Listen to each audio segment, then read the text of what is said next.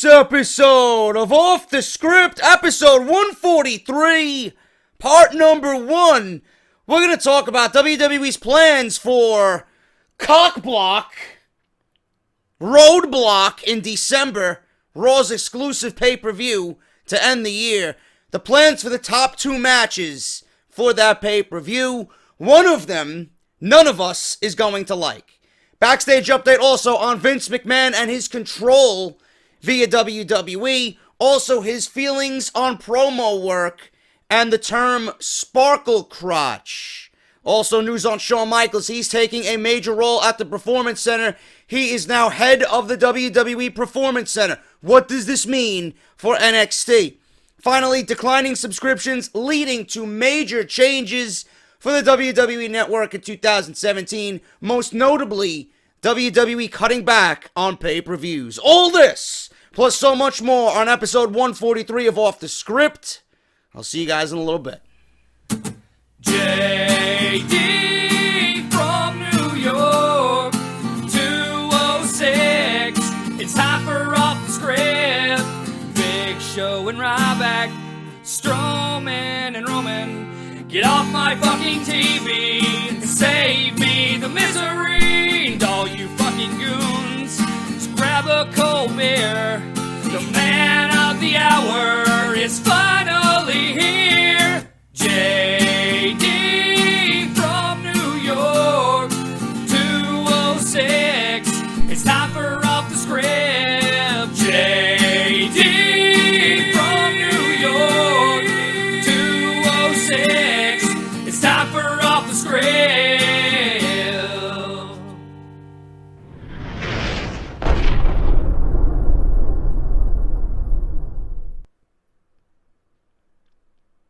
What is a boss? What is a boss? Does Sasha Banks really embody what a boss really is? I think after this week, Donald Trump is certainly a true boss.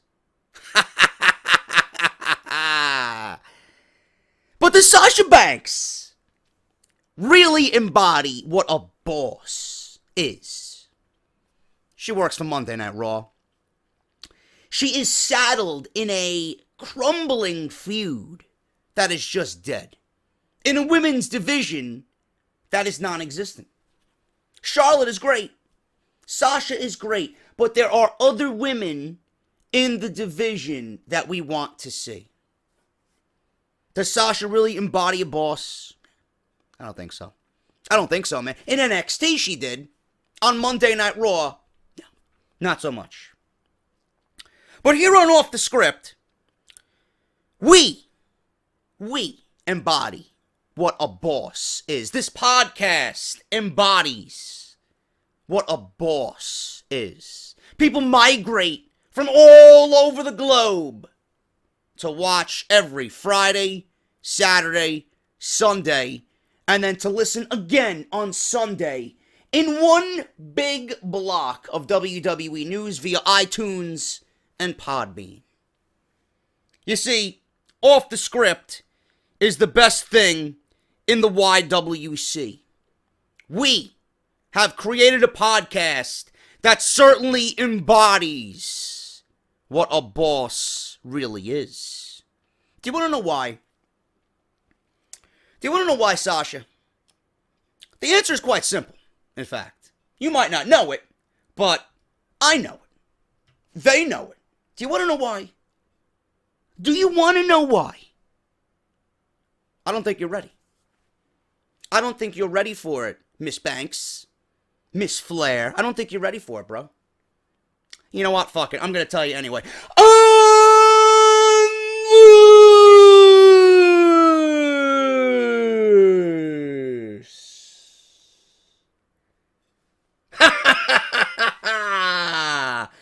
Is the number 1 fucking podcast.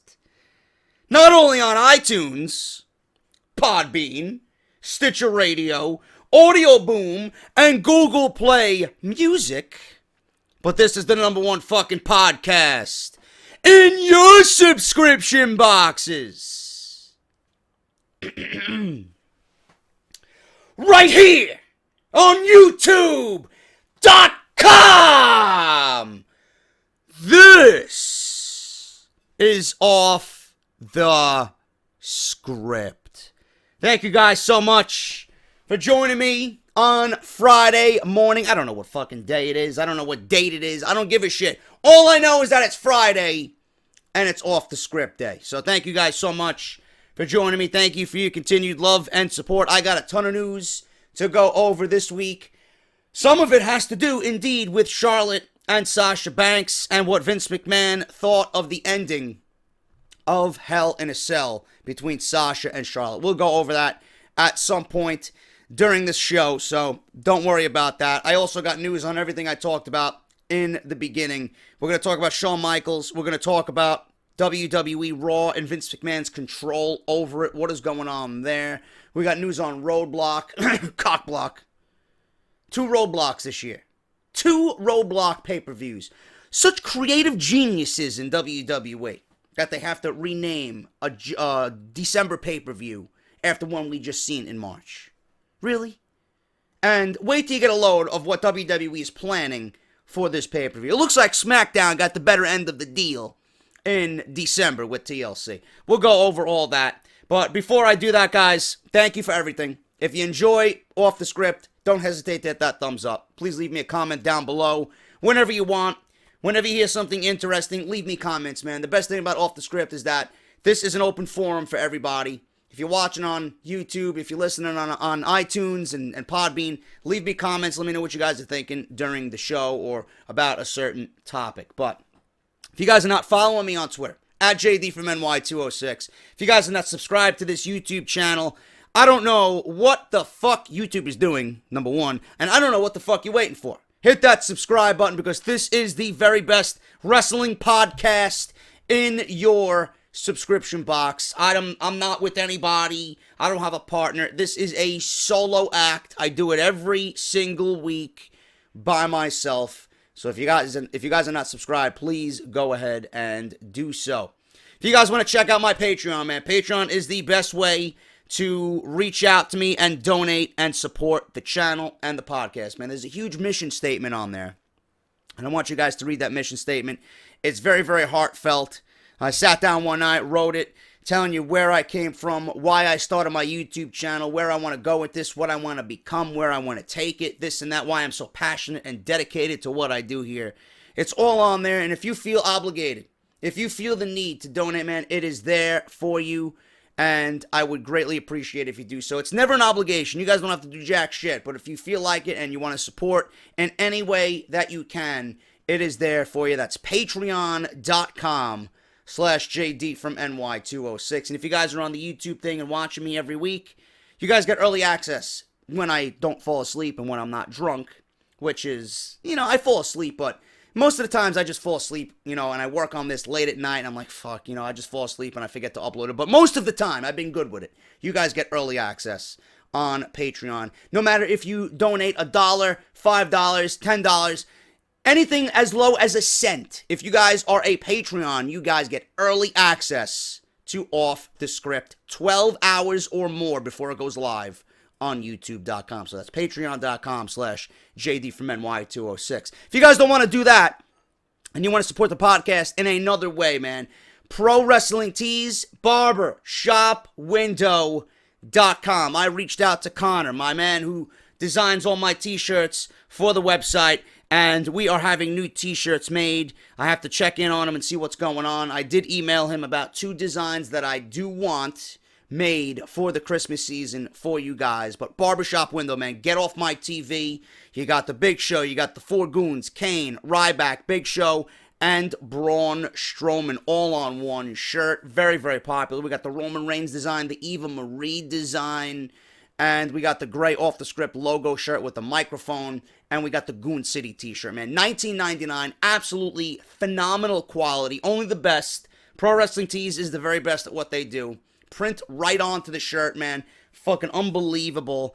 And they are $19.99, man. That's a great fucking price. They ship worldwide everywhere. So make sure you guys are getting your t-shirts at barbershopwindow.com. All you got to do is type in that website, go to the main menu, go to the homepage, go to the search bar on barbershopwindow.com, type in Off the Script. It'll take you right to my online shop. Done deal. Order whatever you want. And plus, I got to let you guys know, there will be deals coming up. If you're not going to buy shirts today, tomorrow, this week, Black Friday is coming up, and Pro Wrestling Tees has, I believe, 20% off the entire website for Black Friday, man. So make sure you guys stay tuned for my Black Friday deals for Off the Script's online shop. I will tell you guys as soon as I know and as soon as Pro Wrestling Tees emails me the information.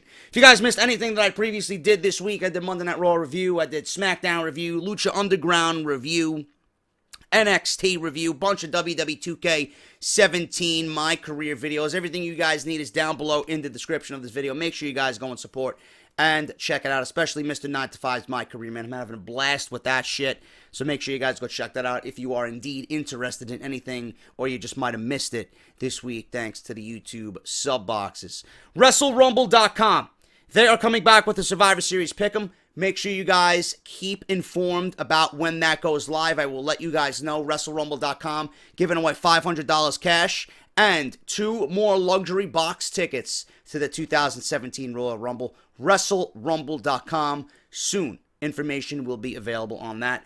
WrestleCrate.com. If you guys want the #1 pro wrestling based subscription service, they are kings until someone dethrones them, man.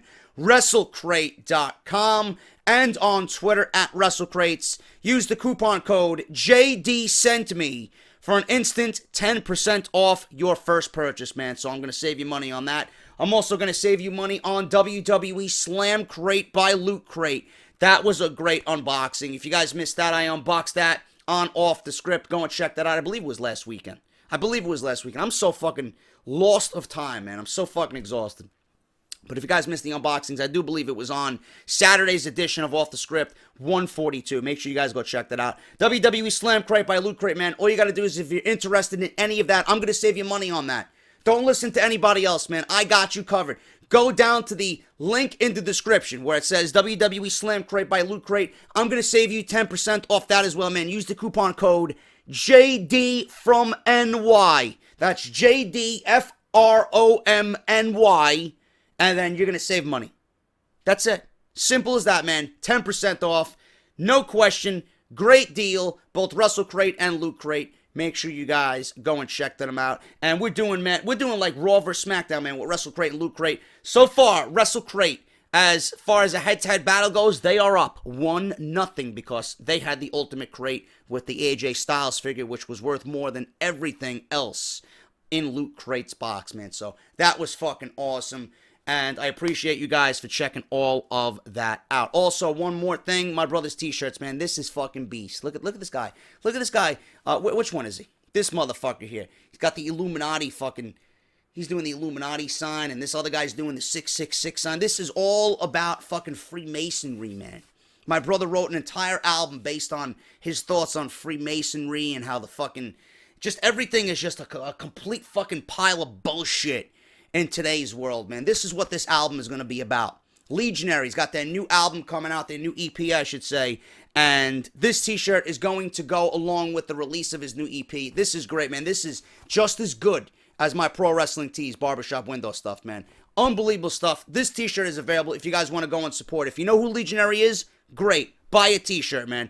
If you guys don't know, I'm going to leave you his webpage to his Bandcamp page down below. Go check it out, man. You can listen to all his songs for free before purchasing them. If you like technical death metal, thrash metal, progressive death metal, it's all there, man. He's a one-man band. He's got some of the best hired guns in the area, in the New York, New Jersey area, to fucking do his work and write unbelievable music with him, man. So make sure you guys go check that out. Legionary on Bandcamp, and the t-shirts are available. This is a beautiful fucking t-shirt, man. Unbelievable stuff. So make sure you guys go check that out. Anything that you support that he does, you support me as well. So thank you guys so much for that. Now, let's get into the news, man. We're going to start off with this story about Roadblock. WWE's got plans for 2 top matches at Roadblock, Monday Night Raw's last exclusive pay-per-view for 2016. What are they? Let's talk about it. Plans for 2 matches at the top of the Roadblock pay-per-view. I'm looking at this and I'm like, is this really the top story that I have? I mean, there's really nothing else. There's really nothing else that I have to start this fucking podcast off, which is a shame, because WWE is not doing anything exciting, and this is it. This is it right before Survivor Series. Go figure. As noted, Survivor Series will feature superstars from both Raw and Smackdown, highlighted by 3 inter-promotional traditional elimination matches and the Fantasy Warfare match, pitting Bill Goldberg versus Brock Lesnar. What the fuck is Fantasy Warfare? Are you fucking kidding me?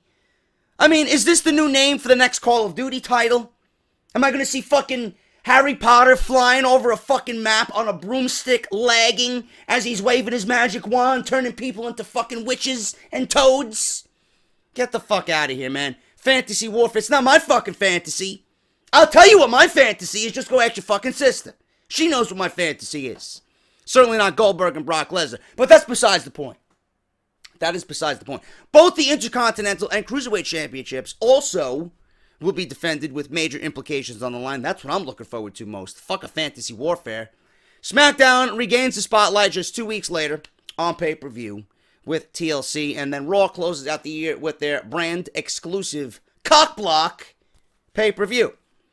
Neither the WWE Universal Championship or the WWE World Championship will be up for grabs at Survivor Series, as Kevin Owens and AJ Styles will both be involved in the most high-profile of the 3 elimination matches.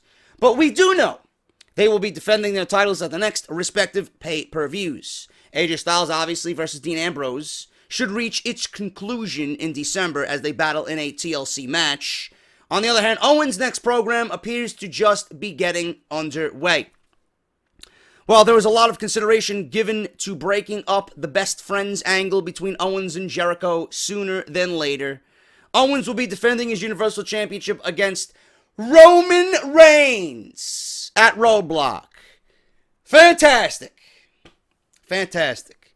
Please, now I know that I should go to Walmart and buy a huge gallon of bleach, mix it with some vodka, put it over ice, chill it for a little bit, come Roadblock, take a few sips, and I should just be knocked out.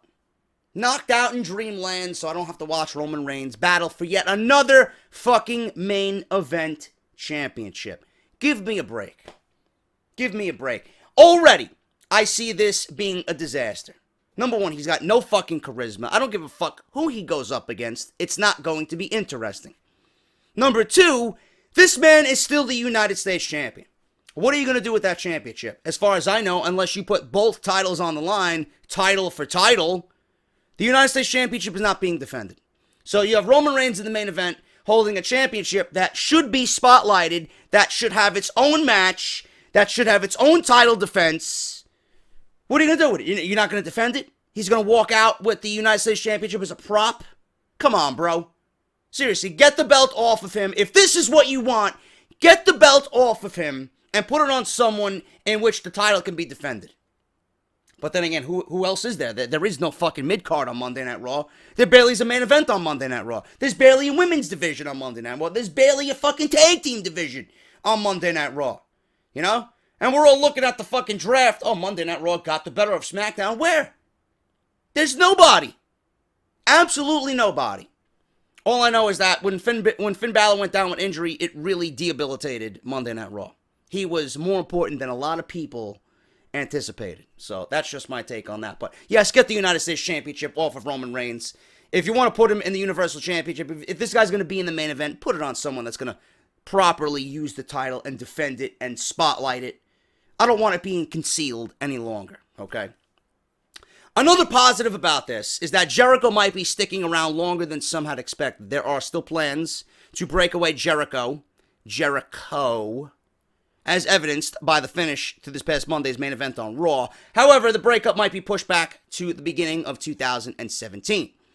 As seen at Hell in a Cell, Jericho was not booked in a match despite backstage discussions about inserting him into the main event in what would have become a triple threat match. It was originally discussed, if Finn Balor was healthy, that he was going to defend the title against Owens and Jericho inside Hell in a Cell. This pretty much became a handicap match with Jericho's involvement inside Hell in a Cell. He snuck into the cage, and he played a major part in the entire finish.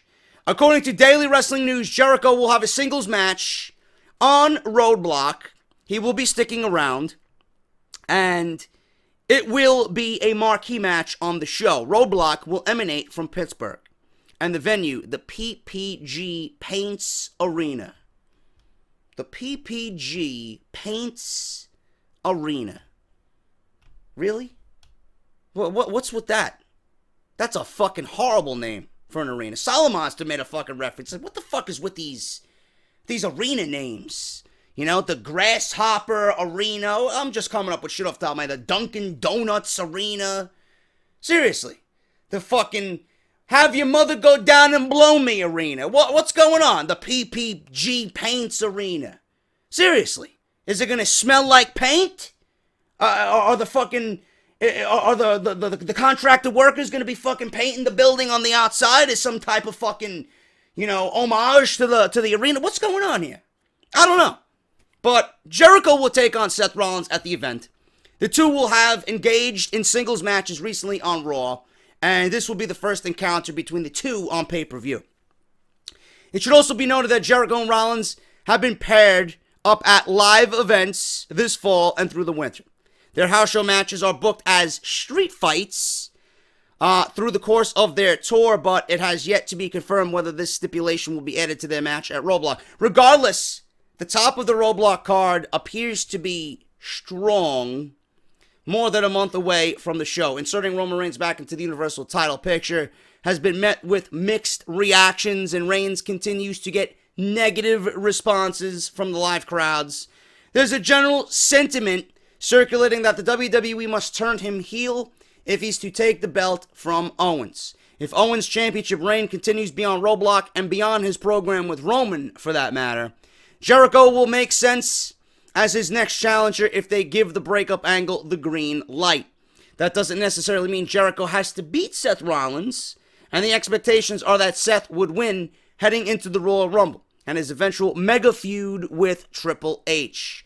Much more of the Roadblock blueprint will become clearer once the dust settles from Survivor Series, but the two top matches appear to be set in stone as of right now.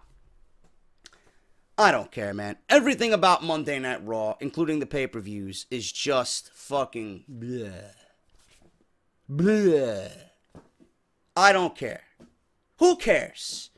I love Owens, but as Universal Champion, man, I'm getting to the point where I'm just tired of Kevin Owens as Universal Champion. He hasn't done anything for me, man. You know, in fact, Jericho is more upfront and more important than Kevin Owens is, and Kevin Owens is the Universal Champion. In fact, Roman Reigns and in the United States Championship is more important than Kevin Owens. Why?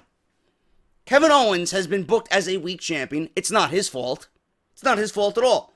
You know, they're not booking the Universal Champion as the most important man on their roster, on their brand. The Universal Championship has taken a backseat to literally everything on Monday Night Raw. I mean, Sasha's fucking tight white pants are more important. Sasha's fucking weave is more important than the Universal Championship. Jericho's list is more important than the Universal Championship. Stephanie McMahon's fucking overwhelming fucking power trip ego is more important than the Universal Championship. Goldust and his bantering with R-Truth as they fucking figure out whether they want to go to the Shining Stars Resort or not is more important than the Universal Championship. The Shining Stars fucking Resort brochure is more important than the Universal Championship. Roman Reigns' vest is more important than the Universal Championship. Seth Rollins' blonde streak in his hair is more important than the Universal Championship. Sheamus's piercings and his mohawk is more important than the Universal Championship. Cesaro's fucking rip-apart suit with the fucking tear in the back already there, so it's easy to fucking rip off, is more important than the Universal Championship. Bo Dallas and his fucking Believe sign is more important than the Universal Championship. Braun Strowman and his fucking tan pants and his fucking wet, disgusting beard is more important than the Universal Championship. You get my point? Do you get my fucking point? Byron Saxton's fucking duck hunt pajama pants are more important than the Universal Championship.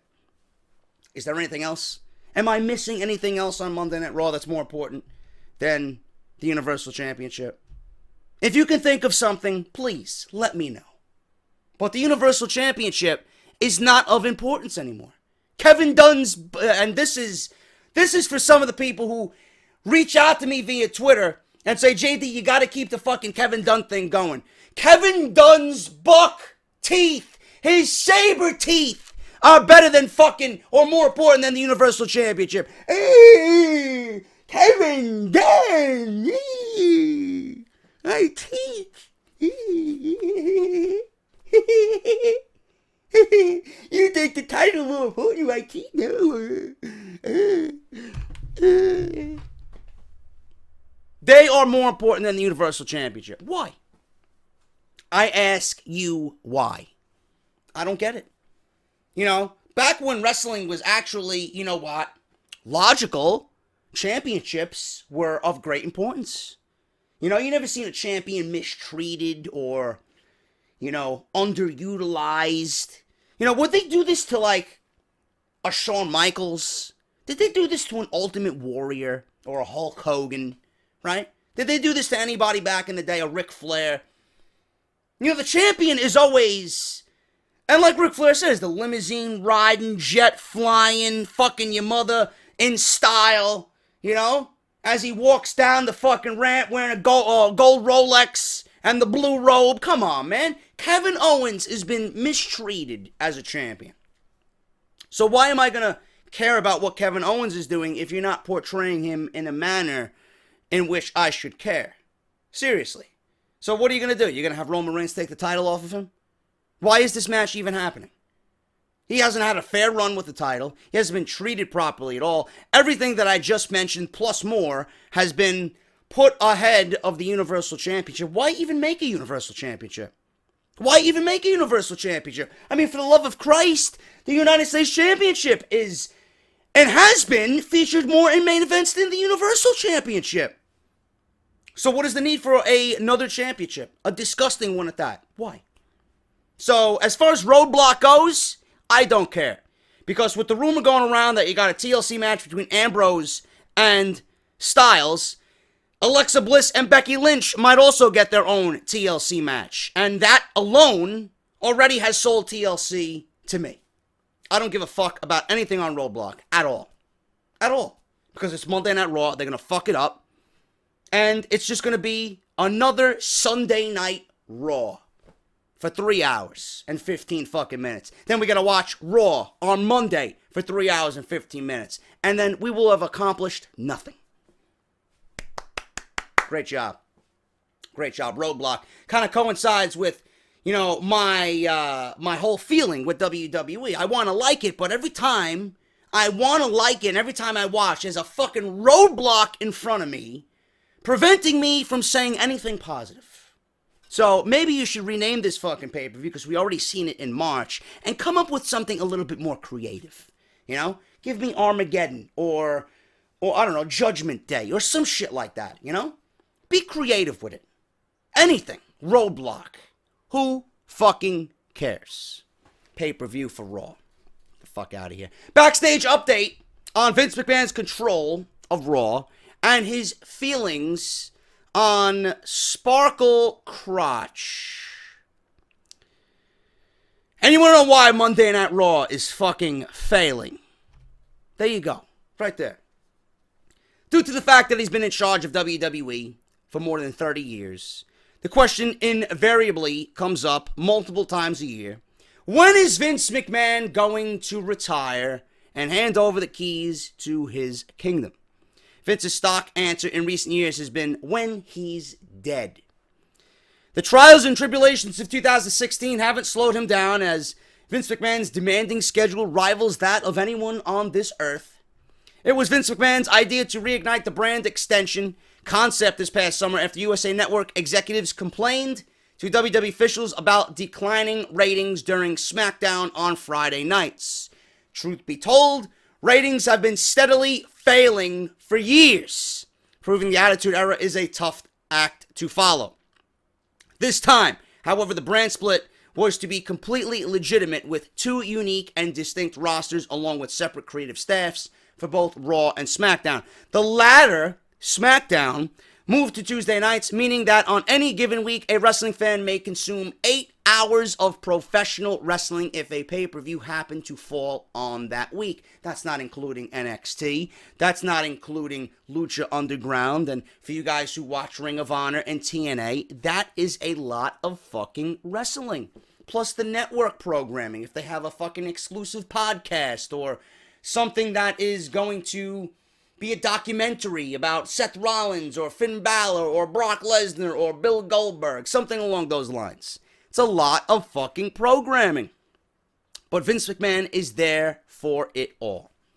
Earlier on Thursday, there were reports that Vince McMahon and WWE may be coming around on the idea that it's entirely too much content, perhaps overloading their consumers.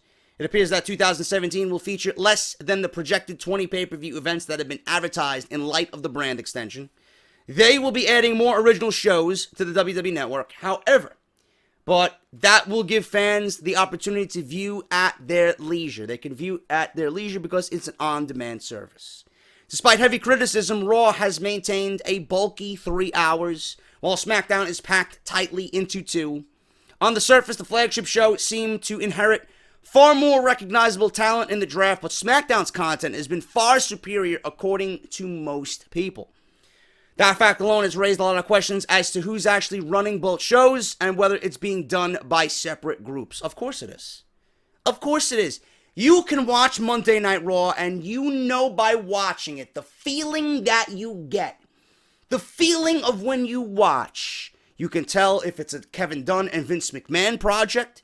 And then when you watch SmackDown, it does not feel like that at all. It's like the fucking weight is lifted off your shoulders on Tuesday night, man. But when you watch Monday Night Raw, you just know. And if you're new to the fucking product and you don't pay attention to these things, you might not know. But for someone like me, I know when Vince McMahon booked a Monday Night Raw. I know when Kevin Dunn is in charge of whatever the fuck he's in charge of on Monday Night Raw, you know? You just know. SmackDown is booked by completely different fucking people. As noted, there are 2 individual writing staffs for both brands. This is obvious. Vince McMahon has maintained final say on all decisions for Monday Night Raw, and even SmackDown. He maintains decisions on everything, but Raw is being written by Raj Singh, I believe, the fucking goon who was the mentor or the manager for the great Khali. There you go. There you go. That's Monday Night Raw right there. And then you got whoever else is in charge. You got fucking Stephanie and Triple H. I don't think Triple H is a part of Monday Night Raw, to be honest with you. Vince McMahon, Kevin Dunn. Obviously, you roll that into one big fucking bowl. You mix it around. That's a recipe for disaster. Now, SmackDown is booked by, or written at least by Ryan Ward, who used to write NXT. He's the head writer for SmackDown. Obviously, I believe Road Dogg is a part of that. Shane McMahon might be a part of that creative process as well. Possibly Daniel Bryan. But Vince McMahon oversees everything. But the distinction between both shows is so obvious. And SmackDown is the much more superior show. Week after week after week. I don't give a fuck who you're listening to. I don't give a fuck who you're watching. Who's brainwashing you. Monday Night Raw barely, and I mean barely, has any positives about its show for 3 hours and fucking 15 minutes. Nothing. Meanwhile, I could watch SmackDown for 2 and pinpoint positive. Yes, there's negatives going around SmackDown as well. It's not a fucking perfect show, but it is definitely, if you want to talk about an A show, it is the A show for WWE. Now, the writing staffs are different. Vince McMahon has the final say on everything. The question was raised again this past week, with some speculating that Vince has withdrawn himself from Smackdown, allowing Triple H and Ryan Ward to run things. According to a report by Daily Wrestling News, that is not the case. McMahon is still in charge of everything on both Raw and SmackDown with 100% complete final say. So why is SmackDown so much better? You know, I understand they got Morrow, they got the 2 hours, they got guys like Styles, Cena, Orton, Wyatt, they got some youth. They're not really utilizing everybody. The women are much better on SmackDown. Why? Why is this? I just don't get it. If Vince McMahon has the final say for SmackDown, why are they so much better than compared to Raw? So, Ward was promoted earlier in the year after a successful tenure in NXT, which I just mentioned, and then quickly assumed the head writer role on Tuesday nights when the brand split went into effect. His name may also be familiar to some because Ward is who Cody Rhodes was referring to. This I didn't know. Ryan Ward was the one Cody Rhodes was referring to when he blasted WWE on his way out earlier this spring, mentioning that some creative writers rather chase the divas around or the women around in the back than write creatively for their talent. That is a slap in the face right there. But listen, I can't knock the guy. He's doing a great job. Whatever he's doing seems to be working just fine. Continue what you're doing. Cody Rhodes obviously was upset. He might have taken his anger out on Ryan Ward because Vince McMahon and Triple H turned down his ideas for the Cody Rhodes name to come back, for him to, shed the Stardust gimmick. They wanted him to remain Stardust, so there might have been some animosity there when Cody Rhodes really wrote that note on his way out of WWE. In related news, McMahon has also been a fan of catchphrases, always been a fan of catchphrases, believing they can help establish a star or their brand. They certainly went a long way in aiding in the ascension of The Rock, Stone Cold, John Cena, and others. And while it's not exactly a catchphrase specifically designed for the one using it, Vince is reportedly infatuated with the term sparkle crotch. If you can recall, Seth Rollins used it as an insult to Chris Jericho last month in reference to Jericho's wrestling trunks. During that particular episode of Raw, Rollins used it several times, and the report from Backstage was that Vince laughed like a maniac every time it was used. Rollins has used it more recently as the program went on with Jericho, Roman Reigns, and Kevin Owens evolves. This entire thing is evolving. He's still continuing to use it, despite it not being in the show's script since. McMahon continues to be extremely amused by it, and so because the plan is for Rollins and Jericho to engage in a feud as Raw heads towards Roadblock, we might have to expect to hear it even more. And then you want to know why Monday Night Raw is fucking failing. You want to know why Monday Night Raw's ratings are falling. You want to know why Monday Night Raw is complete fucking garbage every single week. Because the Vince McMahon that books Monday Night Raw is not the same Vince McMahon that is giving the okay on SmackDown. It's not. I don't know who the fuck this man is. I don't know what they've done with the real Vince McMahon, but the term sparkle crotch is not funny, it is not humorous, and if Vince laughed like a fucking maniac at the sound of Seth Rollins using it, this man has fucking issues. It's not funny. It's not funny. In fact, the term goes with everything that is Monday Night Raw. Fucking pathetic. That's all I gotta say about that. You want to know why Monday Night Raw is the way it is? Just look at Vince McMahon. He is more concerned about Seth Rollins and laughing at the term sparkle crotch than actually producing quality television. There you go. There you go. And then this is the man. This is the man who's in charge of WWE. A fucking imbecile. A fucking child within a 71-year-old's fucking body. Unbelievable. And Monday Night Raw is not going to get better until Vince McMahon and Kevin Dunn are eradicated from the red brand. Period. Speaking of the WWE and its network, the declining subscriptions leading to major changes for WWE and the network in 2017. The WWE Network concept, which was originally announced in 2011 as a potential subscription-based channel to be offered on cable packages, eventually debuted in the United States in 2014 in the form we've come to recognize today, on demand. Its expansion included availability in 220 countries 6 months after its unveiling, continually growing the WWE's most recent expansion, coming this past March to the Philippines and Thailand. 2 weeks ago, WWE Chairman Vince McMahon conducted his annual conference call to report third quarter earnings to WWE shareholders. Over the last 3 years, one of the more anticipated aspects of the quarterly calls is the WWE Network subscription numbers. The company has invested a ton of resources in the platform as it continues the distribution transition. During the most recent report, Vince revealed that the current WWE Network subscriber count is 1.458 million subscribers. That number is up from the number of 1.306 million paid subscribers in the third quarter of 2015, but down from the 1.52 million subscriber count from the previous quarter this year.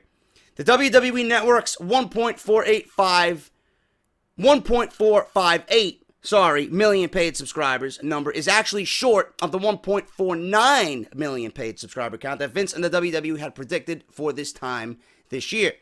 Of the 1.458 million subscribers, 1.071 million of them are domestic within the United States, with the remaining 373,000 coming from international subscribers all along Europe and Thailand and the Philippines and all that area, okay?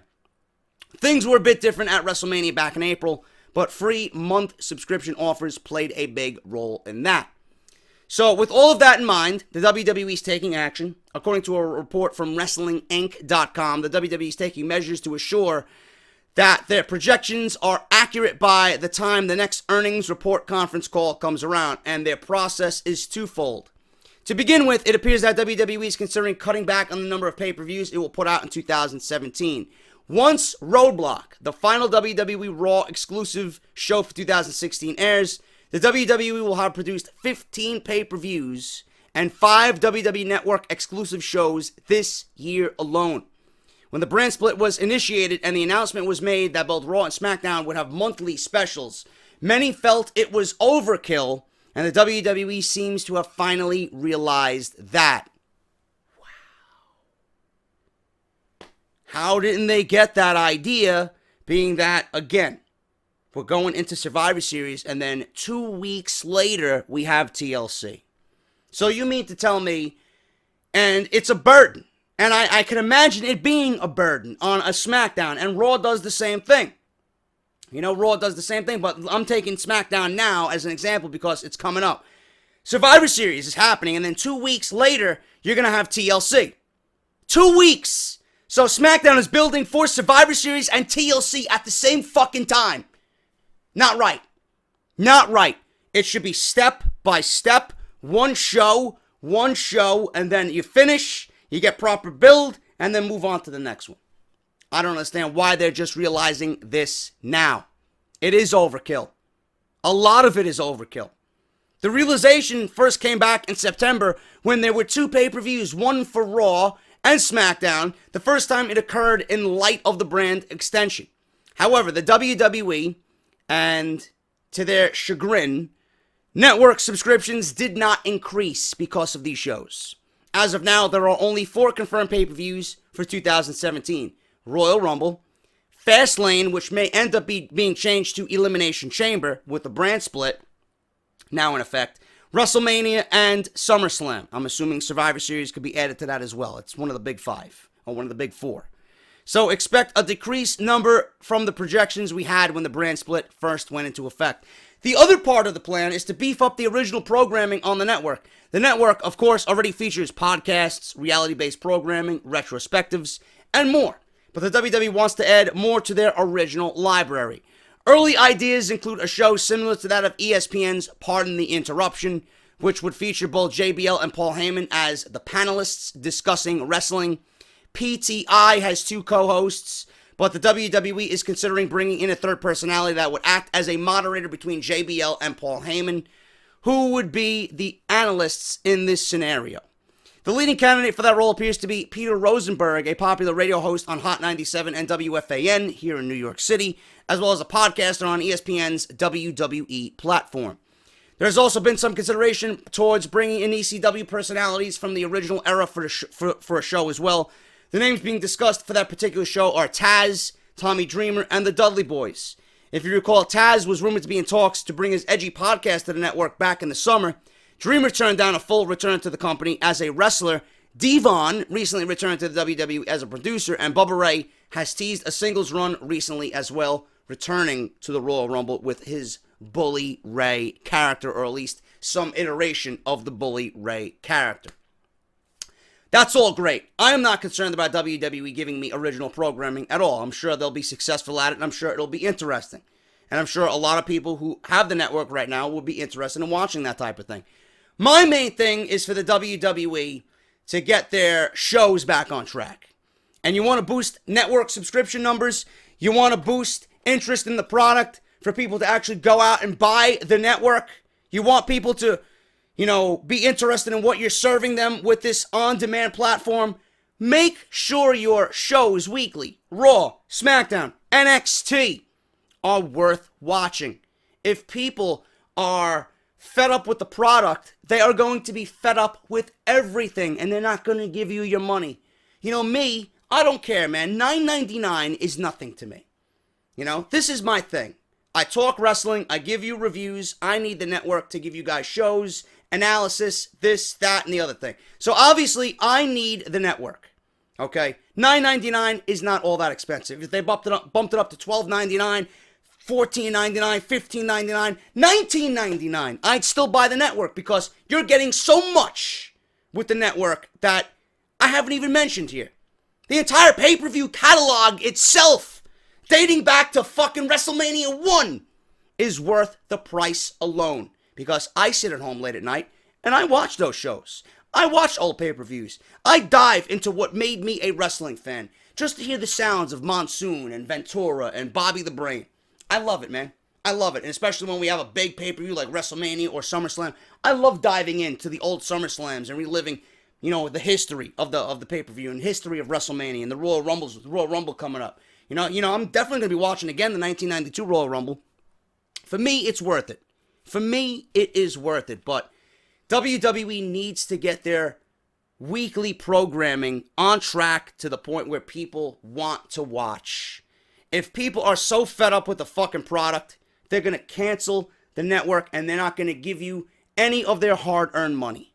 Make sure your shows are right. Make sure you're creating and producing engaging and intriguing television that people are going to want to watch on Monday and on Tuesday. There's no need for fucking Survivor Series and then TLC, man. It's a lot of fucking work.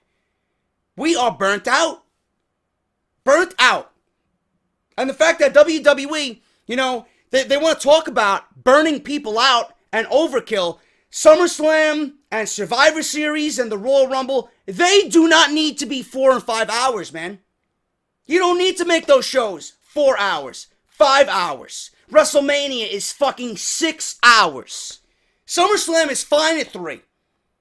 Survivor Series is fine at 3. The Royal Rumble is fine at 3. Rumor going around the Royal Rumble starting at 5:30? Come on, man. That is fucking ridiculous. That itself is overkill, man. Absolutely overkill. You cannot do that to your consumer. They are going to be tired of everything. And it just fucking sucks that they just don't learn. The pay-per-views gotta be cut. The fucking hours of these big shows gotta be cut.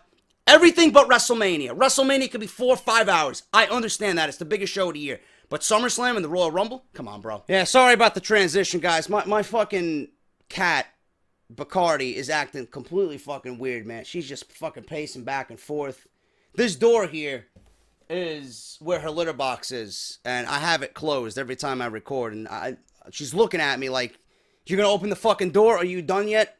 So I don't want her to fucking piss or shit on my floor, so I had to stop it and open the door so that she could do her business, because I don't want a fucking mess to clean up, man. So that's what happened there with the transition as we go from talking about WWE Network and what they got to do, and now we're going to be talking about the final story here for part 1, which is Shawn Michaels. Shawn Michaels named head of the WWE Performance Center, man. This is a big, big get for NXT and the entire Performance Center, man. A few months back, Shawn Michaels was asked about becoming a trainer at the WWE Performance Center. It seemed like the perfect spot for him since Shawn Michaels was one of the best wrestlers to ever perform inside a ring. Michaels admitted that Triple H had asked him about it, but he was still thinking about the position because it would mean relocating from his home in Texas to Florida. Sounds like he's made that move. The Kevin Gill Show podcast was on this Monday and featured the NWO Wolfpack, which also happens to be 3 of the 4 members of the infamous Clique: Scott Hall, Kevin Nash, and Sean Waltman, X-Pac. The podcast arena show saw the 3 former WWE stars talking about Shawn Michaels. In this interview, transcribed by WrestleZone.com, Kevin Nash dropped the bomb that Shawn Michaels chose to take the job at the WWE Performance Center. Not only did Michaels take the job, but Nash said that Shawn is now the head of the WWE Performance Center. And I quote, "Oh yeah, he's moving to Florida with the family and everything," said Nash. If you thought that NXT was something, wait till that son of a bitch gets down there and gives them his magic. There is nobody better than him. Physically, nobody better. Psychology, nobody better. It's going to be a game changer. I don't know what the hell they are paying him, but it's got to be a lot because to get Shawn to do the 9 to 5 is no easy task. This is huge for the WWE Performance Center. While there have always been huge names there training, from William Regal to Albert and the late great Dusty Rhodes, Triple H himself, Shawn Michaels brings something extra to the table. Over his career, Shawn Michaels has proven to be one of the best wrestlers to ever step foot in the ring. He has had 5-star matches against Bret Hart, The Undertaker, Kurt Angle, Chris Jericho, and more. There isn't anyone who has had more top-quality matches over their career than Shawn Michaels. He's a 4-time world champion, 2-time Royal Rumble winner. The first time WWE had a Grand Slam champion was Shawn Michaels, and the 4th Triple Crown champion. He was inducted into the WWE Hall of Fame in 2011. On top of his amazing in-ring career, Shawn Michaels was also one of the most charismatic wrestlers to ever step in that company. One of the most hated heels of all time. One of the most beloved legends of all time. He could do it all and sell the audience on whatever persona he was asked to do. That is what will help NXT wrestlers more than anything. Helping them feel comfortable in their character's skin.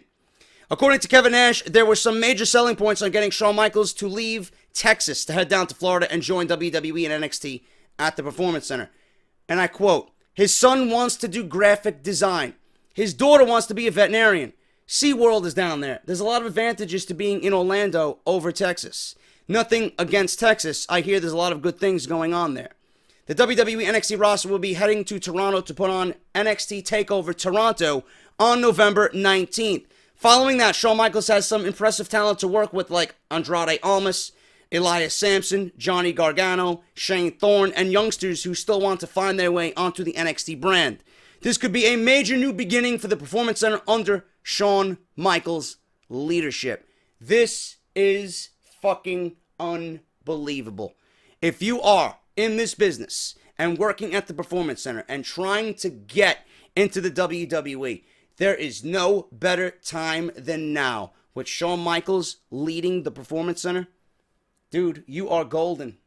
Absolutely golden. I don't even work as a professional wrestler, man. I don't know fucking jack shit about the basics of professional wrestling. I know my shit. I know my moves. I know my holds. But to physically be in there, after growing up watching Shawn Michaels, after watching him do his thing for so fucking long, to have all of that taught to you by the man himself, dude, NXT is going to have an amazing fucking future. Unreal. And that's great for his kids, man. It's great for his kids. His son wants graphic design. You got Full Sail. His daughter wants to fucking be a veterinarian. SeaWorld is right there. Orlando is the new home for WWE, man. I'm glad to see Shawn Michaels back. One thing I will mention. This could give him the itch. I'm not saying it will. This could give him the itch to get back in the ring and actually get back into that one more match mode. Maybe we see him wrestle AJ Styles at the Royal Rumble. I don't know. I don't know. I pitched you The Undertaker against AJ Styles at the Royal Rumble. This might be his way into one more match. This might be his way into the Royal Rumble. I'm not saying that for sure. But being around this and being around the company and being in the ring, teaching what you learned to young talent to produce shows to get the talent ready, he might develop the itch, if not now, later, to get back in the ring and have one more big WrestleMania match, man. The idea, the possibility is there. We'll see if it happens, but this is a great move by Shawn Michaels and even better move by WWE for Triple H to convince him to move and relocate completely with the entire family to Orlando to do this position, man. Unbelievable stuff. NXT's future is brighter than it could ever be with Shawn Michaels leading the NXT Performance Center, man, or WWE Performance Center. Thank you guys so much for that. Off the Script, hot, on fire, part 1, episode 143. If you did enjoy the video, man, hit that thumbs up. Make sure you guys check everything you need down in the description below. Barbershop window, WWE Slam Crate by Loot Crate, WWE, WWE fucking Wrestle Crate, WrestleCrate.com, WrestleRumble.com. Follow me on Twitter, at JD from NY206. YouTube, subscribe to the channel. Patreon.com/JD from NY206. And if you missed anything that I previously uploaded this week, it is all down in the description below. Plus, my brother's t-shirts, man. That is everything. I got more news coming on Saturday. Until then, guys, thank you so much. What I have, TNA Wrestling planning to introduce their own WWE Network-style streaming service. Major double switch being planned for Survivor Series. Booker T wants James Ellsworth out of the company and back in the indies. News on Grand Metalic's absence from Raw. More gimmick matches coming for the women's division. And I also got news on Vince McMahon blaming the ending of Hell in a Cell on Sasha Banks. All that plus so much more, guys. Thank you so much. Hit that thumbs up, and I will see you on Saturday morning for part 2 of Off the Script. I'm JD, and I'll see you on Saturday morning.